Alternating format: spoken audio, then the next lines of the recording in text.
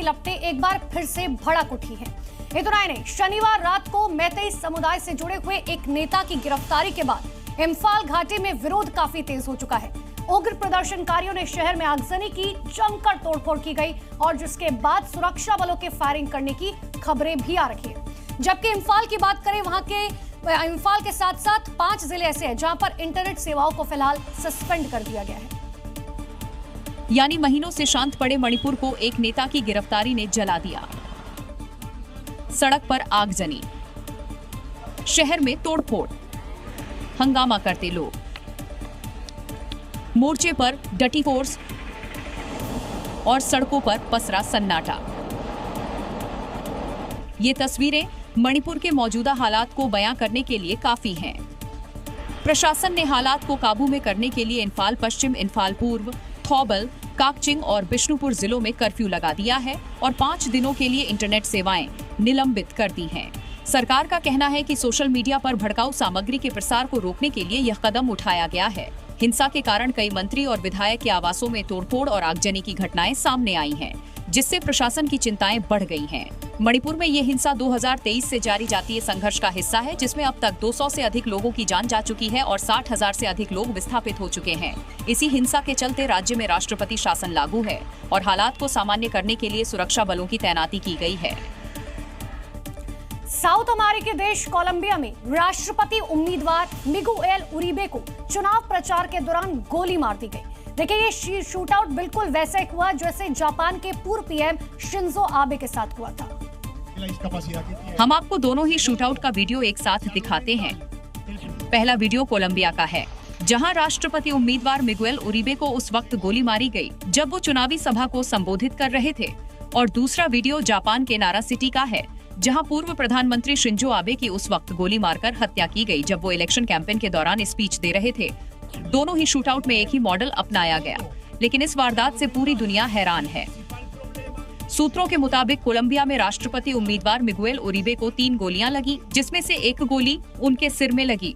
उरिबे राजधानी बोगोटा में एक रैली को संबोधित कर रहे थे, तभी स्पीच के दौरान हमलावर ने पीछे से गोली मार दी। बिल्कुल वैसे ही जैसे जुलाई 2022 में जापान के नारा सिटी में 42 साल के हमलावर ने पूर्व प्रधानमंत्री शिंजो आबे को पीछे से गोली मारी थी। ठीक उसी मॉडल पर मिगुएल उरिबे को गोली मारी गई। गोली लगते ही वो खून से लथपथ होकर गिर गए। आसपास अफरा तफरी मच गई। सुरक्षाकर्मी आनन फानन में उरिबे को अस्पताल लेकर भागे, जहां उनकी हालत नाजुक बनी हुई है। ये हमला शहर के फोंतिबोन इलाके में हुआ है, लेकिन पूरे शहर के अस्पतालों को अलर्ट पर रखा गया है। पुलिस ने 15 साल के आरोपी हमलावर को भी मौके से गिरफ्तार कर लिया है। दरअसल कोलंबिया में 2026 में राष्ट्रपति चुनाव हैं और 39 वर्षीय मिगुएल उरिबे राष्ट्रपति पद के प्रमुख दावेदार माने जा रहे हैं। वो विपक्षी सेंट्रो डेमोक्रेटिको कंजर्वेटिव पार्टी के सदस्य भी हैं। ये हमला चुनावी हिंसा से भी जोड़कर देखा जा रहा है।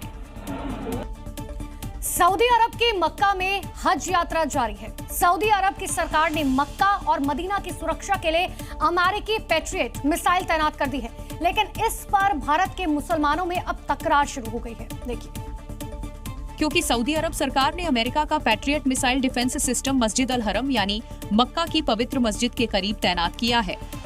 सऊदी अरब में इस साल 16 लाख से ज्यादा मुसलमान हज करने के लिए आएंगे और उनकी पहरेदारी के लिए ये एडवांस एयर डिफेंस सिस्टम तैनात रहेगा। लेकिन इस फैसले के बाद भारत के मुस्लिम समाज में बहस छिड़ गई है। धर्म गुरुओं का कहना है कि अमेरिका जैसे मुल्क से हथियार खरीदना ठीक नहीं है। हालांकि कुछ लोग ऐसे भी हैं जो इसे सुरक्षा से जुड़ा जरूरी फैसला मान रहे हैं। अमेरिका से सऊदी ने जो भी खरीदा है वो अपनी हिफाजत के लिए नहीं, बल्कि अमेरिका सऊदी को इस्तेमाल कर रहा है। गाजा में मजलूम जो हैं, बेसहारा जो हैं, मासूम बच्चे जो हैं, उनके खिलाफ वो इस्तेमाल करेगा और सऊदी को अपना हथियार बनाएगा। लिहाजा ये जो भी असलहे खरीदे जा रहे हैं वो गलत है। सऊदी अरब की हुकूमत ने मक्का शरीफ और मदीना शरीफ में शहरियों के तहफ़्फ़ुज़ और काबा शरीफ की हिफाजत के लिए अमेरिका से हथियार खरीदा। इसमें कोई एतराज़ की बात नहीं है कि सऊदी को मक्का शरीफ में हथियार से मुस्लिम ममालिक से ही ख़रीदना चाहिए। ऐसा कोई फ़र्ज़ ज़रूरी और वाजिब नहीं है। हथियार हथियार होता है। फिलहाल अमेरिका के पैट्रियट मिसाइल सिस्टम को लेकर एक बहस शुरू हो गई है, जो अब भारत तक पहुंच चुकी है। दावे किए जा रहे हैं कि अगर सऊदी अरब खुद का मिसाइल डिफेंस सिस्टम नहीं बनाता है तो उसे अमेरिका के हथियारों के बदले तुर्की से हथियार खरीदना चाहिए। आखिर सऊदी अरब को मक्का में पैट्रियट मिसाइल डिफेंस सिस्टम क्यों तैनात करना है, ये भी आप समझ लीजिए। ग्राफिक्स जरिए आपको बताते हैं। देखिए, दरअसल सऊदी अरब को बढ़ते हुए तनाव और यमन के हूती विद्रोहियों के हमले का खतरा है। हालांकि पहले भी हूती विद्रोही सऊदी में हमलों की चेतावनी और धमकी दे चुके हैं। हूती विद्रोहियों ने सऊदी के कई शहरों को टारगेट बनाया। इतना ही नहीं, कई बार सऊदी अरब के शहरों को निशाना बनाने का भी दावा किया गया। इसके अलावा हूती विद्रोही पहले भी यूएई पर हमले का दावा कर चुके हैं। साथ ही सऊदी की बात करें तो 4 जून से हज यात्रा की शुरुआत हो चुकी है और 16 लाख से ज्यादा तीर्थयात्री मक्का पहुंच चुके हैं। और ऐसे में यही वजह है कि हूती विद्रोहियों का पहला टारगेट मक्का मदीना हो सकता है। और ऐसे में यात्रियों की सुरक्षा के लिए मक्का में पैट्रियट मिसाइल डिफेंस सिस्टम तैनात किया गया है। सीएम योगी आदित्यनाथ आज फिर विपक्ष पर हमलावर नजर आए। देखिए, औरैया दौरे पर गए मुख्यमंत्री ने जनता को संबोधित करते हुए न सिर्फ सरकार की उपलब्धियों का ऐलान किया, बल्कि समाजवादी पार्टी के कार्यकाल का सच भी सबके सामने रखा और मंचलों और शौदों को क्लियर मैसेज दिया। अगर बेटी को हाथ लगाया तो यमराज से सामना होना तय है। यानी इस चौराहे पर बेटी को छेड़ा तो योगी फोर्स अगले चौराहे पर यमराज के पास पहुंचा देगी। ये योगी का यूपी की बहन बेटियों से वचन है। पिछली सरकारों के समय गुंडे और माफिया हावी हुआ करते थे। न बेटी सुरक्षित थी, न व्यापारी सुरक्षित था। नौजवान के लिए निकलने वाली नौकरियों पर चाचा और भतीजे की दृष्टि ऐसे लगती थी कि वह पूरी भर्ती ही विवादित हो जाती थी। आज बेटी भी सुरक्षित है, व्यापारी भी सुरक्षित है। बेटी की सुरक्षा पे सेंध लगाने वाले को पता है कि अगर उसने कहीं सेंध लगाई तो अगले चौराहे पर फिर यमराज ही उसका इंतजार कर रहा होगा। उसके अलावा कोई दूसरा चारा नहीं है। यानी योगी ने एक तीर से 2 निशाने साध लिए। एक तरफ तो आधी आबादी को पूरी सुरक्षा की गारंटी दे डाली, तो दूसरी तरफ सपा सरकार का वो दौर भी याद दिला दिया जब योगी के मुताबिक न नौकरी सुरक्षित थी, न बेटियां। उत्तराखंड के मुख्यमंत्री पुष्कर सिंह धामी अपने सरल स्वभाव के लिए जाने जाते हैं। कभी मसूरी की सड़कों पर पैदल टहलते हुए वो दिखाई देते हैं, तो कभी किसानों के बीच भी दिखाई देते हैं। लेकिन इस बार सीएम धामी का एक अलग अंदाज देखने को मिला। क्या था वो, देखिए। क्योंकि इस बार सीएम पुष्कर सिंह ट्रैक्टर पर नजर आए। जैसे ही मुख्यमंत्री ट्रैक्टर पर चढ़े और स्टीयरिंग पर अपना हाथ रखा तो समर्थक जोरदार नारेबाजी करने लगे।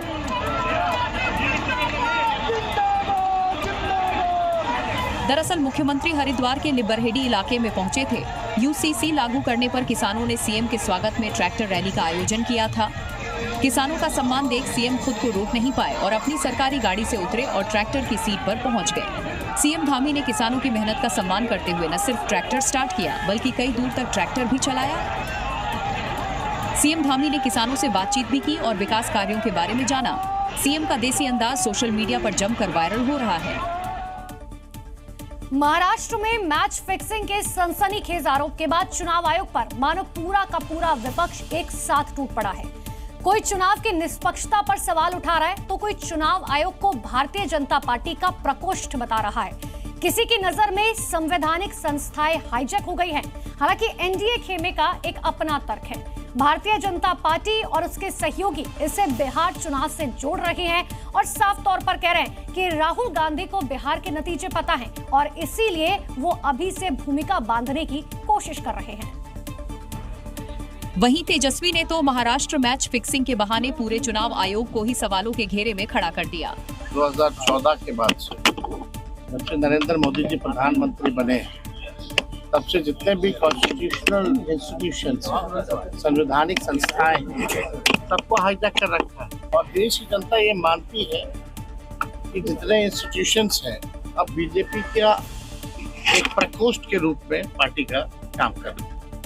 अरे उनको मालूम है कि चुनाव परिणाम क्या होना है, इसलिए पहले ही से भूमिका बना रहे हैं ताकि अभी 2-4 बार बोल के रखेंगे कि फिक्स होता है तो परिणाम आएगा उस समय कह देंगे कि पहले ही से हम बोल रहे थे कि फिक्स है।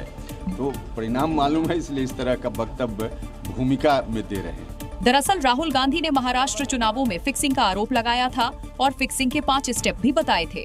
जिसका पहला स्टेप चुनाव आयोग ने अपने हिसाब से लोगों की नियुक्ति की। दूसरा स्टेप वोटर लिस्ट में फर्जी नाम जोड़े गए। तीसरा स्टेप वोटिंग का आंकड़ा जरूरत से ज्यादा दिखाया गया। चौथा स्टेप जिन इलाकों में बीजेपी के हार का डर था वहां फर्जी वोट डलवाए गए। और राहुल के मुताबिक पांचवें स्टेप में सबूतों को छिपाया गया। कांग्रेस नेता जयराम रमेश राहुल गांधी से भी 2 कदम आगे निकले और बिहार में भी महाराष्ट्र जैसी साजिश के आरोप मढ़ दिए। चुनाव प्रक्रिया को लेकर गंभीर सवाल खड़े किए गए हैं। महाराष्ट्र में, हरियाणा में और अभी 4-5 राज्यों में चुनाव होने वाले हैं। बिहार में, तमिलनाडु में, पश्चिम बंगाल में, केरला में, असम में अगले साल होने वाले हैं। इस साल तो बिहार में होगा। तो मैच फिक्सिंग जो है ना, ये तो बीजेपी तो माहिर है इसमें। और अगर चुनाव आयोग एक निष्पक्ष, एक संवैधानिक संस्था है चुनाव आयोग, तो निष्पक्ष तरीके से वो अपना काम करे।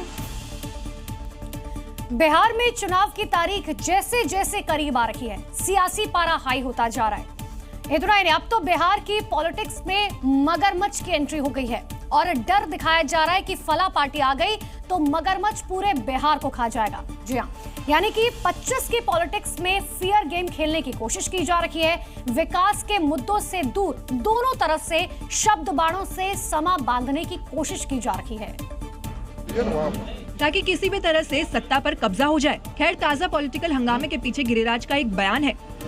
महागठबंधन गठबंधन नहीं है, ठगबंधन है। एक दूसरे के कौन किसका पैर कब खींच ले, इसकी लड़ाई चल रही है। और मुंगेरी लाल के हसीन सपने लालू जी देख रहे हैं, मेरा बेटा कब सीएम बनेगा। जनता देख रही है कि अगर ये मगरमच्छ आ गया तो पूरे बिहार को फिर खा जाएगा। तो जनता इन्हें मौका नहीं देने वाली है। लालू यादव मगरमच्छ की तरह मुंगेरी लाल के हसीन सपने देख रहे हैं। यानी गिरिराज की नजर में लालू यादव मगरमच्छ है, लेकिन गिरिराज ये बताना भूल गए कि सत्ता में वो और उनके साथी नीतीश भी लंबे समय से हैं।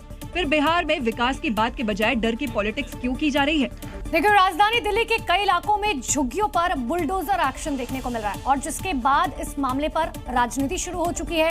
आम आदमी पार्टी बुलडोजर एक्शन को लेकर भारतीय जनता पार्टी पर हमलावर है, जिस पर सीएम रेखा गुप्ता ने भी पलटवार किया। जो वीडियो रील पे आजकल रील चल रही है व्हाट्सएप ग्रुप पे कि भाई ये झुग्गी टूट गई, ये झुग्गी टूट गई, मैं उसकी सच्चाई भी बताना चाहती हूँ। दरअसल मद्रासी कैंप में कार्रवाई की गई थी। यहाँ सैकड़ों मकानों को बुलडोजर की मदद से ध्वस्त किया गया था, जिस पर सीएम रेखा गुप्ता ने साफ किया कि जो मुद्दा उठाया जा रहा है, पहले उसके पीछे की सच्चाई भी लोगों को जान लेनी चाहिए। माननीय कोर्ट ने आदेश दिया और एक बार नहीं 3 बार अपनी सुनवाई में कहा कि भाई रास्ता खाली करवाओ ताकि जेसीबी और मशीनें नाले पे जाके सफाई कर सके। वहीं मद्रासी कैंप का मुद्दा आम आदमी पार्टी अपने हाथ से निकलने नहीं देना चाहती। सौरभ भारद्वाज और संजय सिंह यहाँ पहुँचे, लोगों से मुलाकात करने के बाद बीजेपी पर बड़ा आरोप लगाया। ये लोग यहाँ पे, इनकी पूरी झुग्गियाँ उजाड़ दी गई। कोई भारतीय जनता पार्टी का नेता अब यहाँ पे नहीं आ रहा। तो ये तो ओवरऑल आप देखिए कि कितनी बड़ी बात है। छत्तीसगढ़ में अतिक्रमण के खिलाफ सीएम साय का बुलडोजर जमकर गरज रहा है। कोरिया के मनेंद्रगढ़ में दुकानों पर बुलडोजर एक्शन हुआ तो बिलासपुर में भी दुकानों पर बने शेड तोड़ दिए गए। सबसे पहले कोरिया के मनेंद्रगढ़ की तस्वीरें देखिए। यहाँ प्रशासन ने अवैध दुकानों को बुलडोजर से तोड़ा। राजस्व और नगरपालिका की टीम भारी पुलिस बल के साथ मौके पर पहुंची और अवैध दुकानों को तोड़ना शुरू किया। प्रशासन ने करीब 24 दुकानों को बुलडोजर से जमींदोज किया। जिला प्रशासन ने स्थानीय दुकानदारों को 2 दिन पहले ही दुकानें खाली करने का नोटिस जारी किया था, जिसके बाद बुलडोजर से उन सभी दुकानों को तोड़ा जो अवैध रूप से बनाई गई थी। कोरिया ही नहीं, बिलासपुर में भी अतिक्रमण के खिलाफ बुलडोजर कार्रवाई हुई है। शनिचरी रपटा दारू भट्टी रोड में प्रशासन ने अतिक्रमण को हटाया। यहाँ लोगों ने अवैध रूप से दुकानों का निर्माण किया था। कुछ दुकानदारों ने दुकानों के बाहर नियमों के खिलाफ शेड बना दिए थे। प्रशासन की टीम ने 40 से ज्यादा शेड तोड़े। इस इलाके में लंबे वक्त से अवैध रूप से व्यापार किया जा रहा था। नोटिस के बाद भी दुकानदारों ने कोई कार्रवाई नहीं की, जिसके बाद बुलडोजर एक्शन हुआ। हालांकि स्थानीय दुकानदारों ने कार्रवाई का विरोध भी किया, लेकिन भारी पुलिस फोर्स की मौजूदगी में अतिक्रमण हटाने का काम जारी रहा।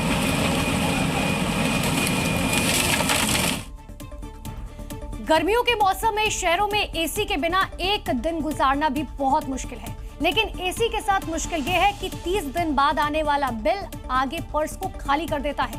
तो चलिए आपको एक ऐसा जुगाड़ बताते हैं जिससे आपका बिल आधा हो सकता है। देखिए, आपको दिखा देते कि सबसे पहले आपको अपने रिमोट का मोड बटन दबाकर उसे कूल मोड में चुनें। इतना ही नहीं, फिर इको या फिर पावर सेवर बटन दबाएं।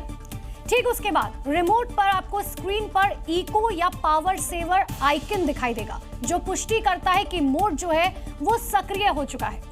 इसके अलावा पावर सेवर मोड में एसी का कंप्रेसर अपनी गति को बहुत कम कर देता है, जिससे ऊर्जा की खपत घटती है। एसी बार बार ऑन या ऑफ नहीं होता, जिससे बिजली की खपत कम होती है, और साथ ही कंप्रेसर की गति कम होने से शोर भी कम होता है, जिससे आपका आसपास का वातावरण आपको शांत मिलेगा। हालांकि कमरे का तापमान बहुत कम है तो पावर सेवर मोड का प्रभाव बहुत कम या सीमित हो सकता है। हालांकि छोटे कमरे जो हैं वहां पावर सेवर मोड ज्यादा प्रभावशाली साबित होता है। कमरे का तापमान 24 से 26 डिग्री सेल्सियस के बीच सेट करें ताकि पावर सेवर मोड पूरी तरह से प्रभावी रहे। और अगर इस ट्रिक को आपने फॉलो कर लिया तो यकीन मानिए आपके बिजली बिल में काफी बचत हो सकती है। यूपी में योगी के शहर में दिन दहाड़े मर्डर हो गया, जब गोरखपुर में हिस्ट्री शीटर दिनेश निषाद को बदमाशों ने दौड़ा कर गोली मार दी। हत्या के बाद भागते हुए हत्यारों का वीडियो भी सामने आया। ये देखिए, हाईवे के किनारे एक बाइक पड़ी है और एक संदिग्ध झाड़ियों से निकलकर हाईवे की रेलिंग फांदकर भाग रहा है। दूसरा शख्स भी रेलिंग फांदकर आता है। वहीं थोड़ी दूर पर एक कार खड़ी है जिसमें बैठकर संदिग्ध फरार हो जाते हैं। जानकारी के मुताबिक शनिवार को गोरखपुर के बेलीपार थाना क्षेत्र के महोब के पास हिस्ट्री शीटर दिनेश निषाद की दिन दहाड़े गोली मारकर हत्या कर दी गई। वारदात को अंजाम देने के बाद कार सवार बदमाश मौके से फरार हो गए। मृतक के भाई से वार्ता हुई है, जिसके द्वारा बताया गया कि मृतक के पटीदार और गांव के 2 अन्य लोगों के द्वारा मृतक को गोली मारी गई है। बात करते हैं यूपी में, जहां पर बकरीद के दिन कई शहरों में माहौल बिगाड़ने की कोशिश की गई। देखिए, सबसे ज्यादा तनाव मथुरा में देखने को मिला। यहां अवशेष ने पूरे इलाके में तनाव फैला दिया। गौरक्षक दल का दरअसल यह आरोप है कि अवशेष गौवंश का है, और घटना की जानकारी फैलते ही मौके पर भारी भीड़ जुट गई। हालातों को देखते हुए मौके पर फोर्स तैनात करनी पड़ी। हालांकि फिलहाल बात करें तो इलाके में शांति है। ये तस्वीरें मथुरा की है, जहां बकरीद के मौके पर एक अवशेष मिलने से हड़कंप मच गया और ये खबर इलाके में आग की तरह फैल गई। देखते ही देखते सैकड़ों लोग सड़क पर उतर आए। स्थिति को काबू में करने के लिए तुरंत भारी पुलिस बल मौके पर पहुंचा। भीड़ को समझाया गया। कुछ देर के लिए इलाके में तनाव साफ दिखा, जिसके बाद गोरक्षक दल के कार्यकर्ता मौके पर पहुंचे और उन्होंने दावा किया कि अवशेष गोवंश के हैं और जानबूझकर माहौल बिगाड़ने की साजिश रची गई। माहौल बिल्कुल खराब कर रहे हैं। अगर अब गोवंश गोवर्धन में अगर सुरक्षित नहीं है तो फिर कहाँ, भारतवर्ष में कहीं सुरक्षित नहीं हो सकता गोवंश। उधर पुलिस ने गोवध अधिनियम के तहत केस दर्ज कर लिया है और अवशेष को फॉरेंसिक जांच के लिए भेजा गया है। साथ ही इलाके के सीसीटीवी फुटेज खंगाले जा रहे हैं। अभी तक 24 नामजद और 50 अज्ञात पर केस दर्ज हुआ है। स्थानीय लोगों द्वारा ये आरोप लगाया कि ये गोवंश के अवशेष हैं। इसके आधार पर उनकी तहरीर के आधार पर नामजद लोगों के विरुद्ध मुकदमा पंजीकृत किया गया है। बकरीद पर माहौल बिगाड़ने की ये कोशिश सवाल छोड़ गई है। क्या ये सुनियोजित साजिश थी या किसी की लापरवाही? पुलिस प्रशासन सतर्क है और इसने साफ किया कि मामले में जो भी आरोपी शामिल होंगे उन्हें बख्शा नहीं जाएगा। बकरीद के दिन मथुरा में जो तनाव शुरू हुआ, अब वही तस्वीर प्रदेश के दूसरे शहरों में भी देखने को मिल रही है। खास तौर पर बागपत और महोबा की बात करें तो वहां पर भी ऐसी घटनाएं सामने आई, जिसकी जानकारी जब लोगों को हुई तो लोग सड़कों पर उतर आए। अब उन्होंने हंगामा किया, लेकिन समय रहते पुलिस मौके पर पहुंच गई। किसी तरह से हालात पर काबू पाया गया। महोबा में सड़क पर लोगों की भीड़, नारेबाजी और हंगामा वीडियो बताने के लिए काफी है। भीड़ का जमावड़ा बढ़ा और कुछ समय के लिए माहौल ही बदल गया। दरअसल अराजक तत्वों ने शहर की फिजा को बिगाड़ने की कोशिश की। शहर कोतवाली इलाके में अवशेष मिला, जिसे लेकर मौके पर लोगों की भीड़ जुट गई। मौके की नजाकत भांपते हुए पुलिस अधिकारियों ने कार्रवाई की बात कही, जिसके बाद लोगों का गुस्सा शांत हुआ। वहीं हिंदू संगठनों से जुड़े कार्यकर्ताओं ने आरोप लगाया कि यहाँ पर एक गौ माता का सिर धड़ से अलग पड़ा हुआ दिखाई दे रहा है। वहां पर सूचना मिलते ही हम सभी लोग अपने संगठन के कार्यकर्ताओं के साथ वहां पर पहुंचे। बागपत की बात करें, यहाँ दावा किया जा रहा है कि बकरीद पर कुर्बानी के अवशेष दबाने के लिए एक पक्ष गड्ढा खुदवाने जा रहा था। आरोप है कि इस दौरान उन पर लाठी डंडों से लैस दूसरे पक्ष ने हमला कर दिया। फिलहाल पुलिस ने शिकायत पर केस दर्ज करके करीब 9 आरोपियों को गिरफ्तार किया है। वर्तमान ग्राम प्रधान कब्रिस्तान में गड्ढा खुदवा रहे थे। इसी बीच में लोग हारे हुए प्रधान पक्ष के लोग वहाँ मौके पे आए, उन्होंने मारपीट किया। भोपाल में विश्व हिंदू परिषद ने जिम जिहाद और लव जिहाद के खिलाफ एक अनोखा अभियान शुरू किया है। देखिए, वीएचपी कार्यकर्ता जिम में पहुंचकर हनुमान चालीसा का पाठ कर रहे हैं और वीएचपी कार्यकर्ता जिम संचालकों को शपथ भी दिला रहे हैं कि वो ऐसे किसी भी शख्स को अपने जिम में जगह ना दे जो जिम जिहाद या लव जिहाद में शामिल हो। ये संकल्प लेते हैं, नहीं होने देंगे। जिम जिहाद या जिम सेक्स जिहाद मेरे जिम में नहीं होगा। इस अनोखे अभियान के दौरान वीएचपी कार्यकर्ताओं ने जिम संचालकों के साथ जय श्री राम के नारे भी लगाए। जय जय श्री राम, जय जय श्री राम। वीएचपी कार्यकर्ता रंगमहल चौराहे के जिम में पहुंचे थे, जहां श्री राम के नाम के साथ जिम में हनुमान चालीसा का पाठ भी किया गया।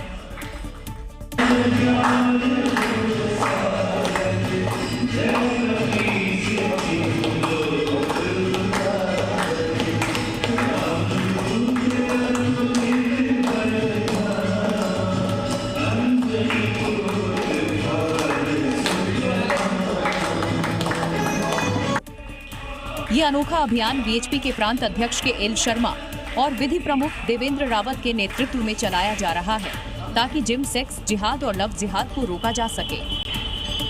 और अब बात बांग्लादेश की करते हैं, जहां एक चौंकाने वाला वीडियो सामने आया जब एक पैसेंजर ट्रेन मालगाड़ी की तरह लोगों को ढोती नजर आई। ट्रेन के ऊपर, अंदर, दरवाजों पर हर जगह लोगों का सैलाब था। ये नजारा किसी मेले का नहीं बल्कि एक चलती हुई यात्री ट्रेन का है। यहाँ हर यात्री जैसे जान जोखिम में डालकर सफर कर रहा है। ट्रेन की छत, हैंडल, दरवाजों पर लटकते ये लोग सिस्टम की बेबसी को बयान कर रहे हैं। ट्रेन के अंदर बाहर छतों पर यात्रियों की इतनी भीड़ है, फिर भी प्लेटफॉर्म पर ट्रेन रुकने के बाद लोगों का हुजूम ट्रेन की तरफ भेड़ बकरियों की तरह बढ़ने लगा और कुछ ही देर में हालात बेकाबू हो गए। आलम ये है कि लोग एक दूसरे के ऊपर चढ़ रहे, यहाँ तक कि महिलाएं भी ट्रेन की छतों पर चढ़ने की कोशिश कर रही हैं। एक बुर्का पहनी महिला को कुछ लोग ट्रेन की छत से खींच रहे हैं और नीचे भीड़ अपनी बारी का इंतजार कर रही है। बांग्लादेश में सीमित संसाधन और बढ़ती आबादी ने रेल यात्रा को जंग जैसा बना दिया है। इस ट्रेन में इंच इंच के लिए फाइट है। जिसे जगह मिली वो निकल गया, बाकी देखते रह गए। अक्षय कुमार हाल ही में अपनी फिल्म हाउसफुल 5 का रिव्यू जानने के लिए खुद सिनेमा घर के बाहर पहुंच गए। खिलाड़ी कुमार ने मास्क लगाकर लोगों से फिल्म का रिव्यू पूछा, लेकिन उनके साथ खेला हो गया। कुछ लोग अक्षय को बिना पहचाने इग्नोर कर निकल गए और खिलाड़ी कुमार की घनघोर बेइज्जती हो गई।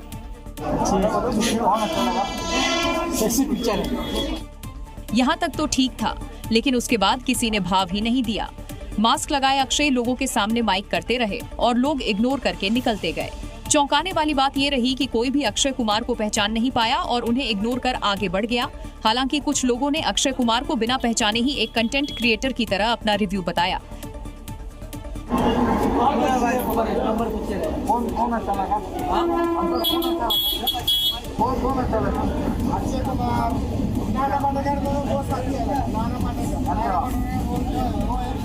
दरअसल हाउसफुल 5 सिनेमा घरों में धूम मचा रही है।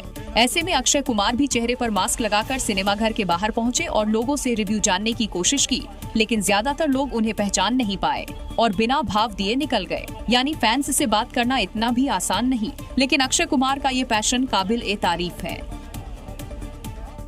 राजधानी दिल्ली में एक 9 साल की बच्ची के साथ रेप के बाद उसकी हत्या कर दी गई। मासूम के साथ दरिंदगी की खबर ने लोगों को हिला कर रख दिया और इस घटना के बाद से लोगों में काफी गुस्सा है। क्योंकि आरोपी ने पहले बच्ची के साथ दरिंदगी की और फिर बच्ची के शव को एक सूटकेस में भर दिया। बच्ची का शव उसके पड़ोस में ही एक बंद फ्लैट के अंदर सूटकेस में मिला था। बच्ची के पिता उसे लेकर अस्पताल पहुंच चुके थे, जहां डॉक्टरों ने बच्ची को मृत घोषित कर दिया था। किसी ने बताया इस घर में चली गई है, इस घर में गई है। मैं तो ढूंढता फिर रहा था, फोन आया, ढूंढा उसके घर पे, घर देखा उसमें ताला लग रहा था।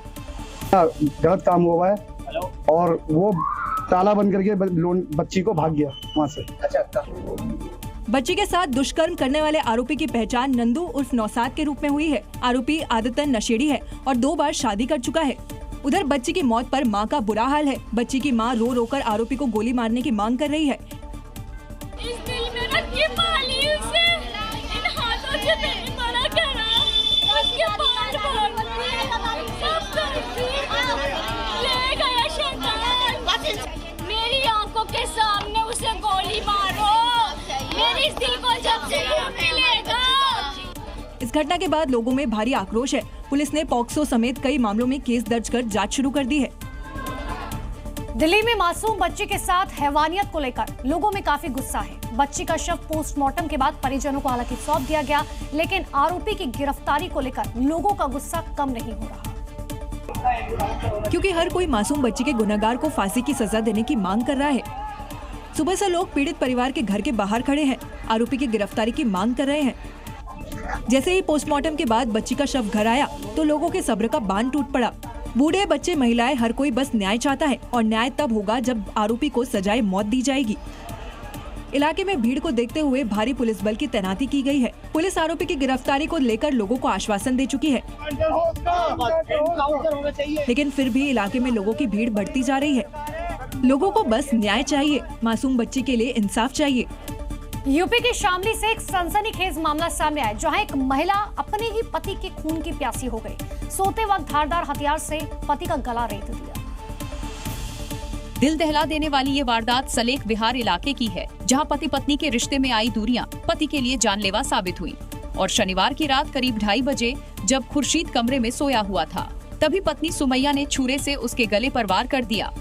हमला होते ही खुर्शीद चीखने लगा। आसपास के लोग आ गए और घायल खुर्शीद को इलाज के लिए पहले जिला अस्पताल ले जाया गया, जहां से गंभीर हालत में उसे मेरठ मेडिकल कॉलेज रेफर कर दिया गया।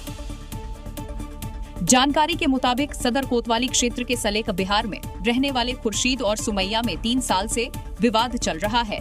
दोनों में गृह क्लेश इस कदर बढ़ गया कि सुमैया ने अपने पति खुर्शीद का गला रेत दिया। सुमैया नाम की एक महिला के द्वारा खुर्शीद नाम के व्यक्ति की गर्दन पे हमला किया गया। इसमें खुर्शीद के परिजनों से जानकारी प्राप्त की गई, मुकदमा लिखा गया। खुर्शीद और सुमैया आपस में पति पत्नी किसी वाद विवाद के बढ़ने को संदिग्ध बताया।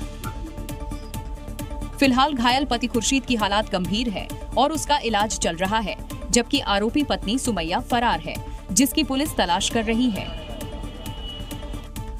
कर्नाटक के बेंगलुरु से धर्म के नाम पर मोरल पॉलिसिंग की एक परेशान करने वाली घटना सामने आई, जहां मुस्लिम लड़कों के एक ग्रुप ने बाइक पर सवार एक कपल का रास्ता रोक लिया और उनसे जबरन पूछताछ करने लगे। कथित तौर पर एक हिंदू लड़के और एक मुस्लिम लड़की को रोका गया, जो एक साथ बाइक पर सवार थे। रिपोर्ट के मुताबिक मुस्लिम लड़के कपल से बहस और पूछताछ करने लगे। क्या रमजान में किसकी बेटी तुम्हें? क्या नाम तुम्हारा? क्या नाम तुम्हारा? फोन लगो तुम्हारा मम्मा पापा को। जबरन उनकी पहचान और पता पूछने लगे। मुस्लिम लड़के बुर्के वाली लड़की से नाम पूछ रहे हैं और ये जानने की कोशिश कर रहे हैं कि ये लोग कहां से आ रहे थे। फ्रेंड के तो साथ में जाने का हक है तुम्हारा।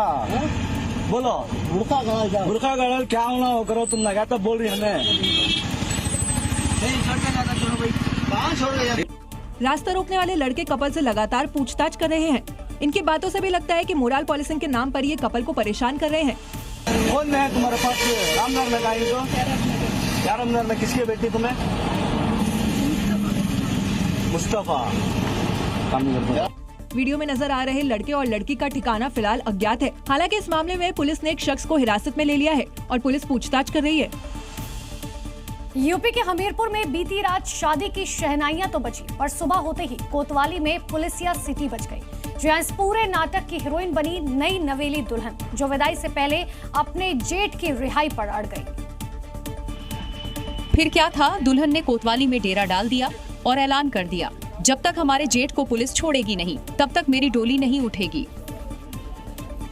कल रात को हादसा हुआ, मतलब लड़ाई हुई, बारात में झगड़ा हुआ, तो जिनके साथ हुआ उन्हें छोड़ दिया गया। हमारे जेठ जी को पकड़े हुए हैं और उसकी वजह से मेरे पति से बहुत रोना दुखी है और वो विदाई नहीं कर पाए, अपनी शादी एंजॉय नहीं कर पाए। कितने मेरे माँ बाप ने कर्जा लेके शादी की। मामला कुछ यूं था कि शादी के दौरान जनातियों और बारातियों में हल्की फुल्की बहस कब WWE मैच में बदल गई, किसी को पता नहीं चला। फिर क्या था, पुलिस ने बारातियों को सरकारी गाड़ी में बैठा लिया और रात भर थाने में जमकर खातिरदारी की। इसके बाद तो शादी का मंडप अब कोतवाली में तब्दील हो गया। थाने में दुल्हन का ये प्रदर्शन देख पुलिस वाले भी दंग रह गए। इस हाई वोल्टेज ड्रामे के बाद पुलिस को भी बैकफुट पर आना पड़ा, यानी दुल्हन की विदाई तो हुई लेकिन संदेश साफ दे गई। हुड़दंग किया तो शादी में जनाती नहीं, अब जमानती लेकर जाना होगा। निर्जला एकादशी के मौके पर वृंदावन के बांके बिहारी मंदिर में भीड़ ने सारे रिकॉर्ड तोड़ दिए। ठाकुर जी के दर्शन के लिए ऐसा जनसैलाब उमड़ा कि प्रेमानंद महाराज की यात्रा भी स्थगित करनी पड़ गई, क्योंकि ये बेइंतहा भीड़ देखकर किसी के भी पसीने छूट जाएंगे। भीड़ और गर्मी के कारण श्रद्धालुओं की हालत खराब हो गई।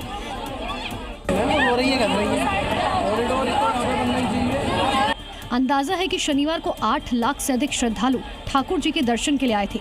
आलम ये था कि दर्शन के लिए 2 किलोमीटर लंबी लाइन लग गई।